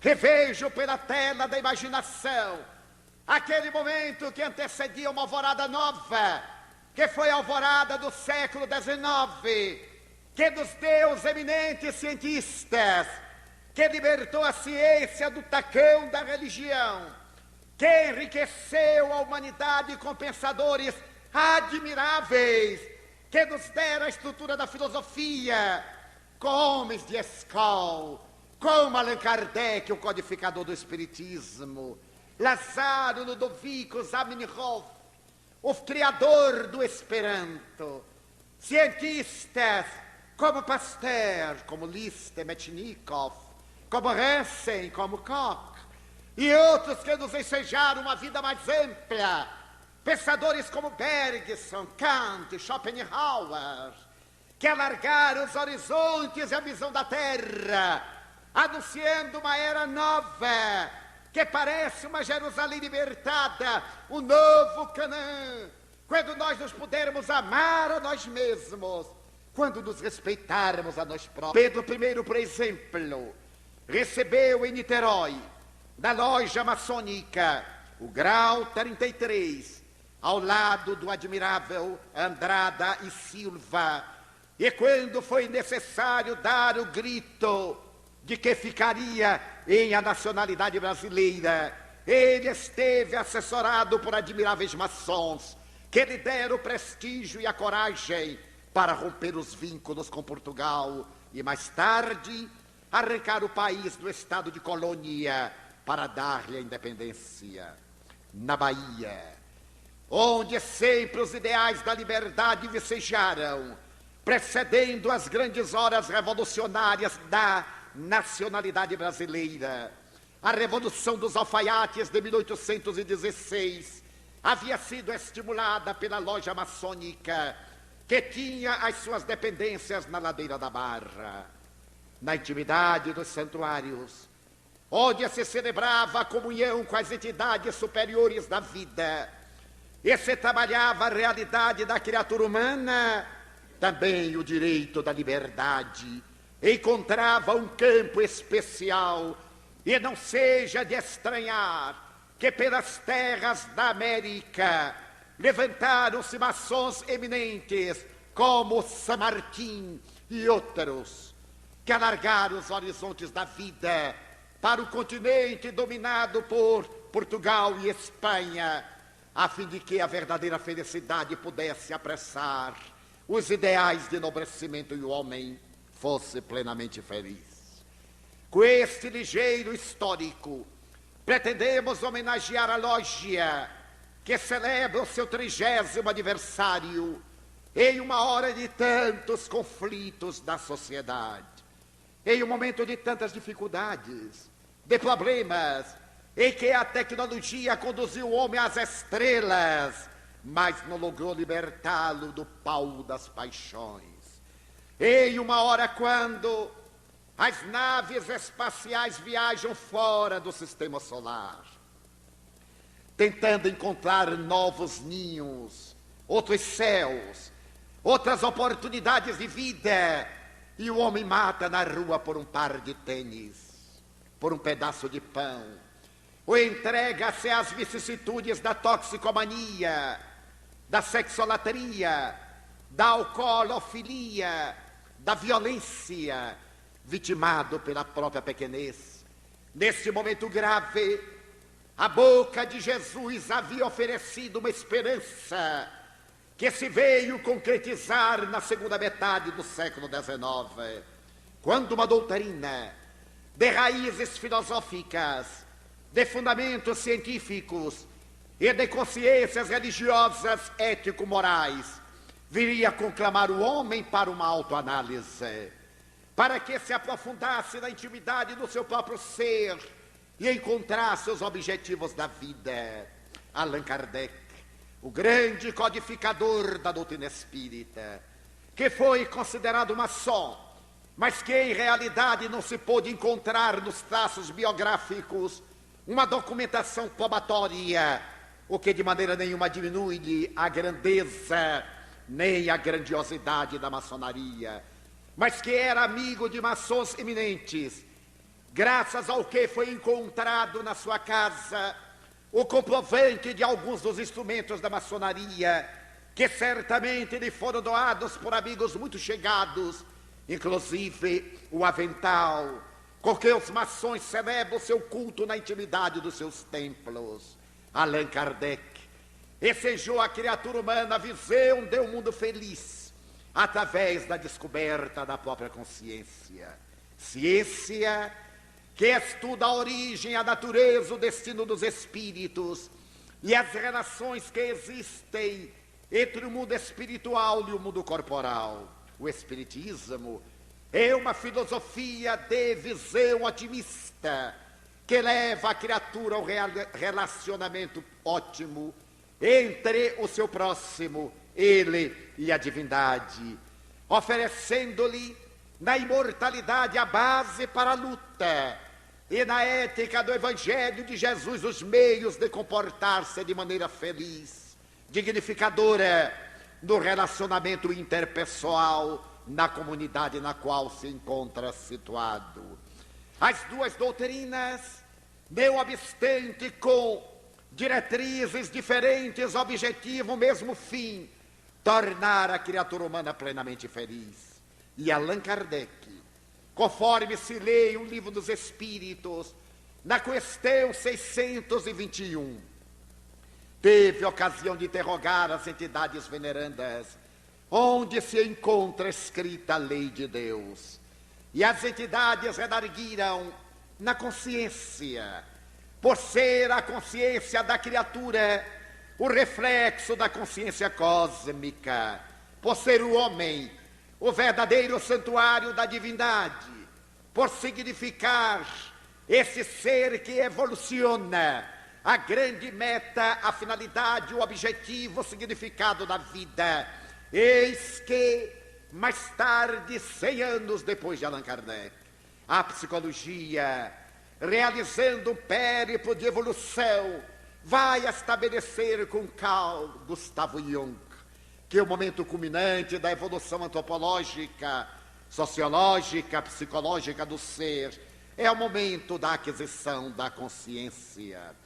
A maçonaria trabalhando os seus discípulos, lapidando a pedra bruta até torná-la uma pedra lisa, trabalhada, tem como meta essencial fazer que o aprendiz aprimore o caráter, que ele, através do tronco da solidariedade, atenda às viúvas, aos órfãos, aos sofredores, que seja uma pessoa de ideal e esteja à frente dos momentos dignificantes da humanidade. O Espiritismo, bebendo na mesma fonte generosa do Evangelho de Jesus, estabelece que, idealmente, a criatura é aquela que tem o valor de reconhecer que pode evoluir cada dia mais, trabalhando-se para ser hoje melhor do que ontem e amanhã melhor do que hoje. O que equivale dizer ascendendo, lapidando as imperfeições, quebrando as arestas, e nesse atrito do dia a dia, facultando o desabrochar da divindade dentro dele, por cujo único caminho ele pode encontrar a plenitude. Odiernamente, a psicologia estabeleceu que a pessoa, do ponto de vista psicanalítico, é constituída por 4 elementos essenciais: a consciência, a personalidade, a identidade e o conhecimento. A consciência, do ponto de vista psicológico, é o momento em que o ego identifica os conteúdos psíquicos na medida em que tem conhecimento deles. Equivale dizer que somente seremos pessoas de consciência quando podemos identificar todas as nossas aspirações, quando podemos penetrar na intimidade das nossas realizações passadas e olhar para frente sem conflitos, sem desequilíbrios, com uma perfeita tranquilidade, identificando o que devemos fazer, o que podemos fazer e quando deveremos realizar. A visão de consciência junguiana supera a velha tradição do conhecimento. Antes da psicanálise, asseverava-se que uma pessoa de consciência é uma pessoa que sabe.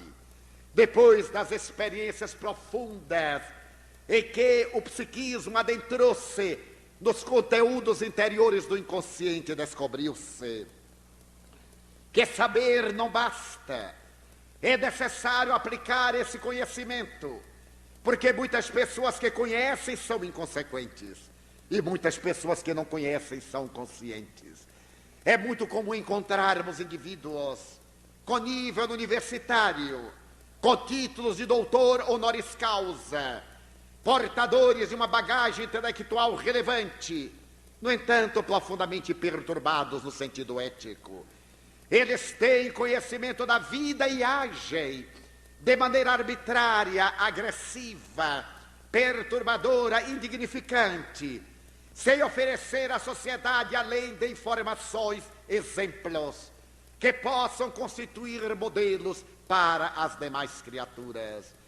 Carl Gustav Jung estabeleceu que o momento da consciência é aquele que nos caracteriza quando deveremos fazer o que podemos e não fazer o que não devemos. A maioria de nós faz o que pode e não deve, mas raramente faz o que deve, mas não pode. Procura mecanismos desculpistas, atitudes de fuga, e projetando a sua sombra, os seus conflitos, justifica muitas vezes as suas debilidades, longe da responsabilidade do dever. A consciência mereceu o melhor estudo dos psicólogos, desde Freud, mais tarde Jung, Adler, mais recentemente Erich Fromm, passando pela imensa fieira de Gurdjieff, de Pedro Auspensky e de grandes psiquiatras como Elizabeth Kübler-Ross, e mais recentemente de um dos maiores craniologistas da sociedade, o mais perfeito conhecedor do câncer cerebral, estudioso dos neurônios e equipamentos das células nervosas, o Dr. Robert de Ropp, discípulo de Auspensky. Desequilíbrio atingindo altos e alarmantes índices de desajuste social, de agressividade, de desinteresse, de violência, sob todos os aspectos considerados. Neste momento, portanto, caótico, o Espiritismo veio proclamar a urgência do verbo amar, veio repetir a lição de Jesus Cristo, quando interrogado a respeito do que era necessário para entrar no reino dos céus, ele respondeu assertivamente, dizendo que era o amor a Deus, acima de todas as coisas, a esse supremo arquiteto do universo que tudo fez justo e perfeito, ao próximo, mas também a si mesmo. A proposta de Cristo é tão psicológica que a eminente psicanalista a doutora Hannah Weiss assevera ser ele o mais notável psicoterapeuta da humanidade, embora ela seja ateia. Reconhece nele o protótipo do psicoterapeuta que penetra na intimidade da consciência do indivíduo, desperta, arranca do seu estado de sono para premiar a vida com esse grande contributo do Deus interno, que é o amor, que se exterioriza no intercâmbio da sobrevivência afetiva. Hoje, quando a psicologia transpessoal, também chamada quarta força, reclama o direito da autoestima e estabelece como fundamento da vida psicológica e da saúde integral o amor, muitas pessoas surpreendem-se.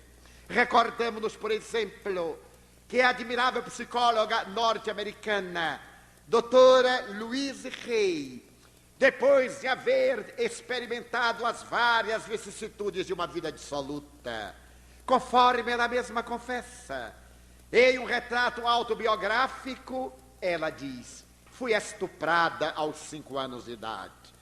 O meu estuprador, que era um ébrio vizinho, foi levado ao cárcere e pagou seu crime por 15 anos. As marcas do estupro violento pelo bêbado deveriam permanecer em mim por um largo período.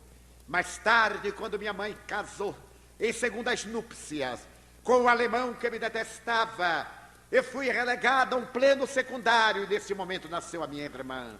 Agora eu fui praticamente abandonada dentro de casa. Eu podia ser chamada a menina do último pedaço de bolo. O meu sonho era comer um pedaço de bolo de chocolate em um aniversário, uma festa, na escola, na igreja.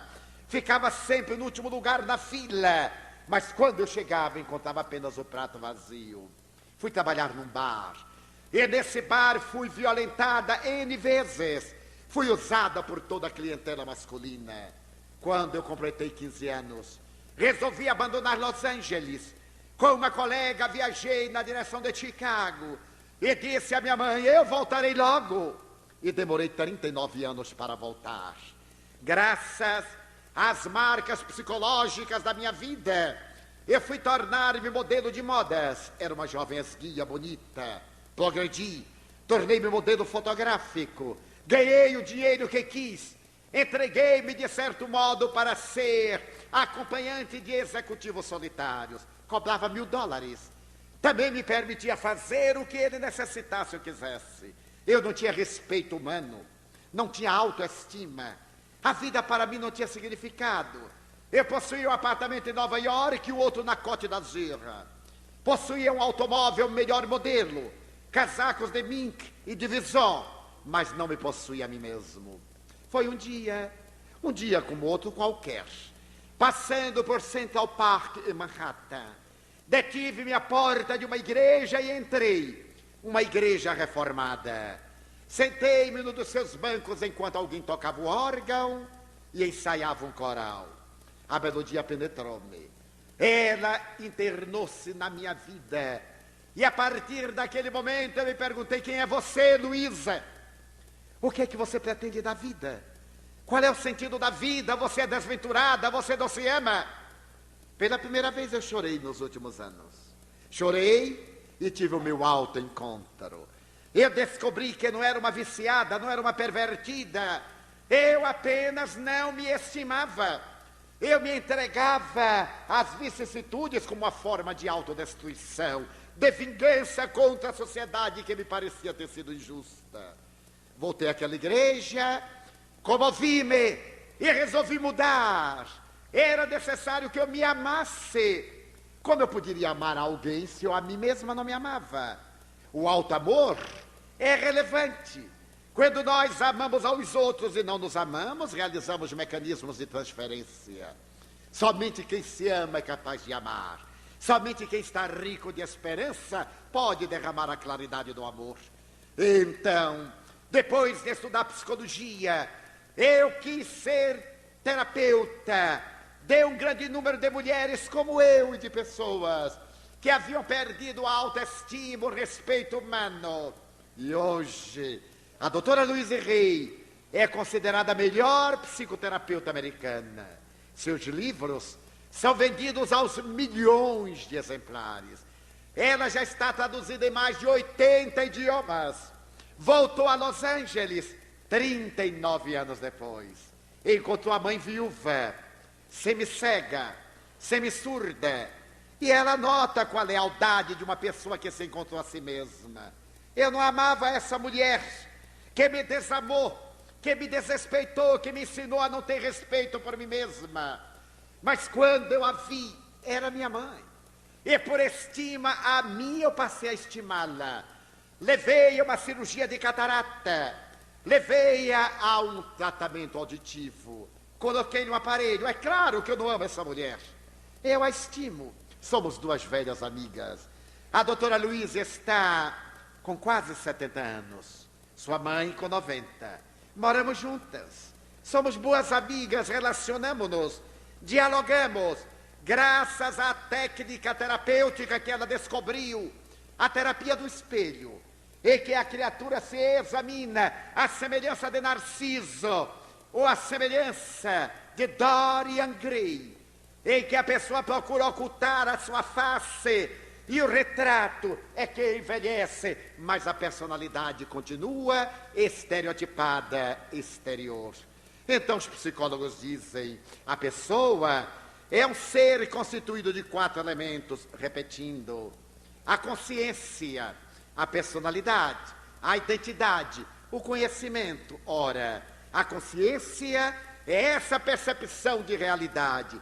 Eu só devo fazer o que posso fazer quando devo fazer. Não é fazer quando eu quero e não posso. Ou fazer quando eu posso, mas não devo. Seria uma violência. Realizar no momento adequado. Ter consciência dos deveres. A segunda parte constitutiva da pessoa é a personalidade. Todos nós somos personalidades várias. Há pessoas que quando trocam de roupa, também trocam de personalidade. Em casa, são pessoas comuns, pessoas simples, joviais. Mas quando vão a uma festa, ao banquete, usam traje de gala, mudam de personalidade, tomam empáfia, adquirem uma posição soberana. E a gente se imagina para fulano, vê? Ele muda. porque personalidade é máscara, vem da palavra grega persona, a máscara que os atores colocavam na face para traduzir aqueles a quem representavam e ao mesmo tempo para poder projetar a voz. No anfiteatro grego, a personalidade em nossa sociedade parece muito importante. A maioria das pessoas hoje diz, não, nós temos que parecer. Não é muito importante ser, dizem eles, mas é o que nós parecemos. Daí nós somos pessoas neuróticas, porque parecemos uma coisa, mas somos outra. Quantas vezes dizemos, aquele casal é um casal ideal. Imagine como se beija de público e como se odeia dentro de casa. Ali é a personalidade, é a projeção da imagem, é a sombra, é para estar bem socialmente. A personalidade é qualquer uma coisa que nós vamos realizando para impressionar. É a viagem para fora. Isso constitui parte da criatura humana. A terceira parte constitutiva da pessoa é a identidade. Todos nós nos identificamos com vários fatores. Identificamos-nos com esta arte, com aquele sentido da vida. Nos identificamos com tal e qual dever. Nos identificamos com esse ou aquele prazer, esse ou aquele desporto. Nos identificamos com fulano ou beltrano. Todos temos uma identificação. Se perguntar, como é seu filho fulano? Bem, ele é um aficionado do futebol, ou do basquetebol, ou das drogas. Agora é mais fácil ser das drogas do que de outra coisa. E como é que é seu marido? Ah, ele é muito mulherengo. E aí a pessoa dá aquele riso conivente de que é uma grande coisa ser mulherengo. Demonstra que ele é um inseguro, é um instável emocionalmente. Não desenvolveu ainda a maturidade psicológica. Porque o fato de viver variando é porque não tem segurança de si mesmo. Ele tem dúvida da sua potencialidade, da sua masculinidade. Por isso ele está sempre procurando desafios. Personalidade. Ele está identificado com o jogo da ilusão. E todos nós, de certo modo, temos a nossa identidade. A identidade com aquilo com o que convivemos e que nos impregna. A quarta parte é o conhecimento, a soma das nossas experiências. O que é que nós sabemos da vida? Qual é a doutrina que nós estudamos, a filosofia que seguimos? Mas esta... Excelentíssima senhora representante do digníssimo prefeito desta cidade, excelentíssimas senhoras, excelentíssimos senhores, nobres irmãos maçônicos, queridos irmãos no ideal espírita, que nos abençoe Jesus, o amigo incondicional das nossas vidas. No ano de 1791, na loja maçônica As Nove Irmãs, em Paris, celebrou-se um acontecimento de alto relevo. A França libertava-se do talante dos Bourbons. A Revolução de 89 havia ensejado a Declaração dos Direitos Humanos. A criatura adquirira a honra da igualdade, da liberdade, da fraternidade. E a maçonaria, que sempre fora pioneira nesses ideais de engrandecimento humano, recebia na sua casa um dos homens mais notáveis do século. Tratava-se de Voltaire, um dos pais da enciclopédia. No momento em que a palavra lhe foi delegada, porque ele recebia a iniciação no grau 33, o admirável Marie Arouet, erguendo a sua voz ainda clara, declarou a razão por que se tornava discípulo da ordem. Naquela solenidade, para que tenhamos a ideia da sua magnitude, encontravam-se representantes de Catarina da Rússia, do rei da Inglaterra, das altas personalidades francesas, e no Oriente, estavam colocadas as bandeiras representativas das cortes europeias. A emoção havia galvanizado a alma dos convidados. Tratava-se de uma reunião branca, em que os não iniciados tomavam parte.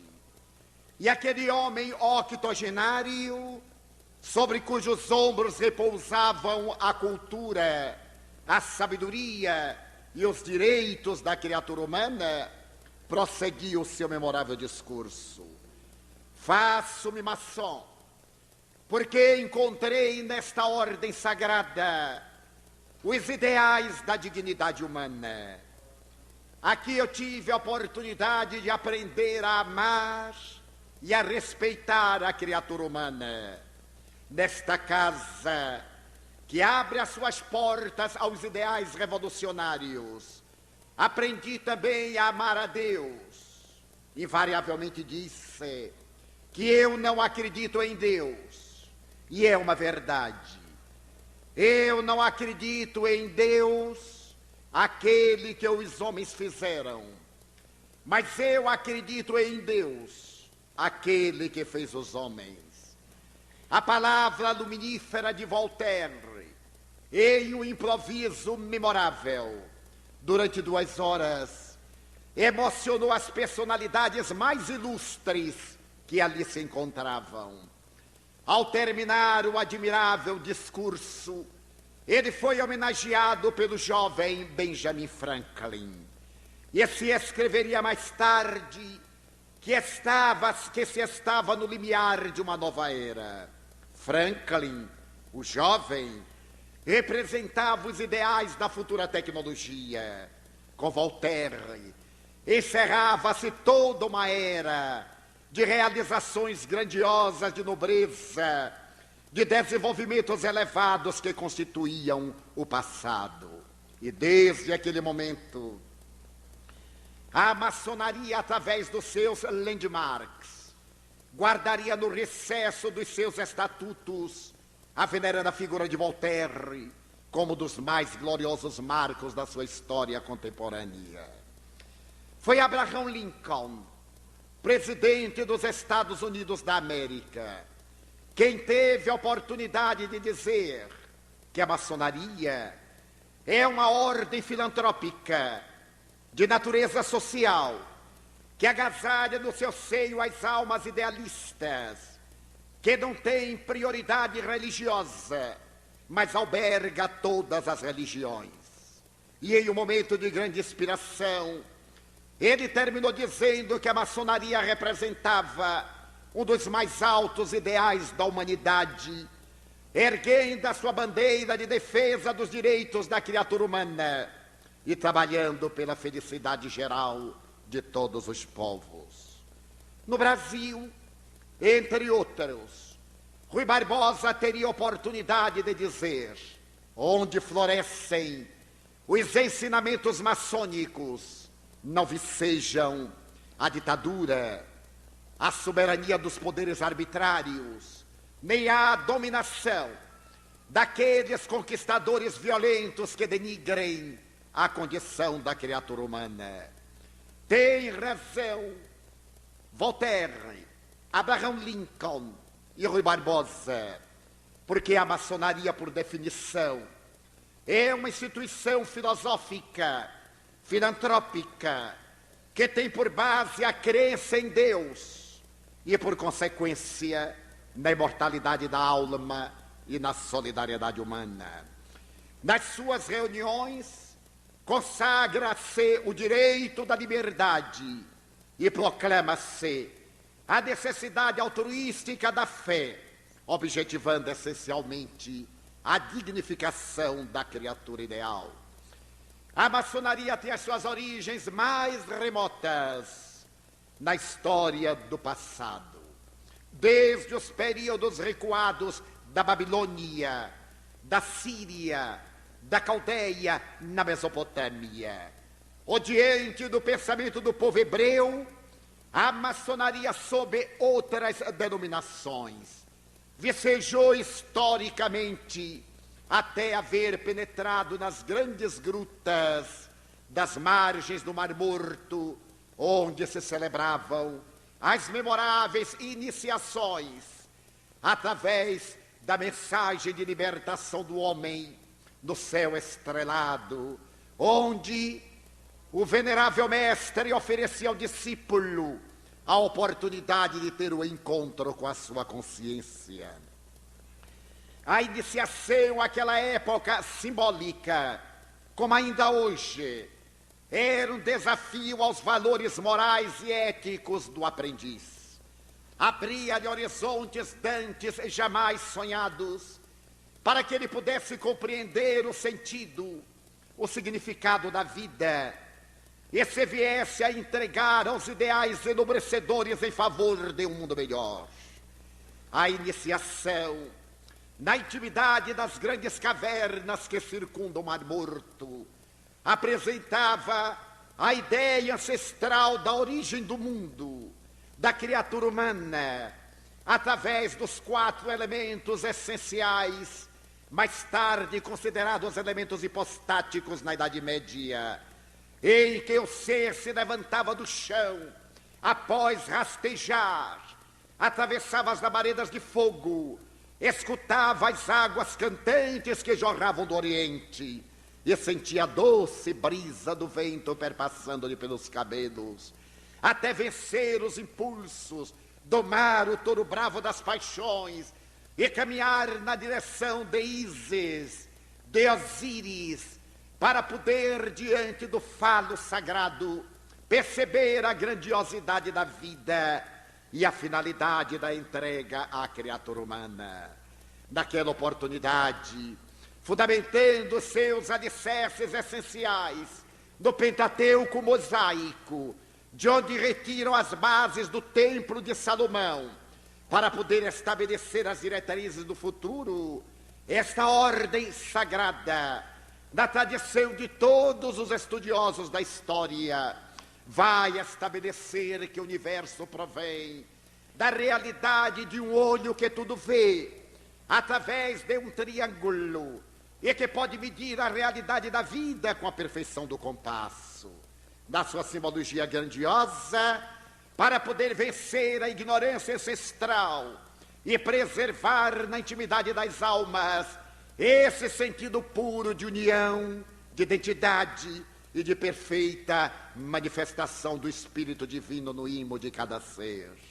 Mais tarde, naturalmente, quando se estabelecem na Idade Média os poderes discricionários dos senhores feudais, quando se levantam os ditadores, e quando as doutrinas religiosas da ortodoxia ancestral proclamam a sua soberania sobre os destinos, a ordem maçônica levanta-se para poder defender o direito dos fracos, dos operários, já que a palavra maçom em francês é obreiro, para que ele tivesse oportunidade também de trabalhar, de erguer as catedrais, os templos da fé, não apenas no mundo exterior, mas também na intimidade dos seus sentimentos. E a história nos conta que em todas as épocas depois do cristianismo e a partir do período medieval, a maçonaria levantou-se sempre contra quaisquer manifestações de arbitrariedades humanas. No Brasil,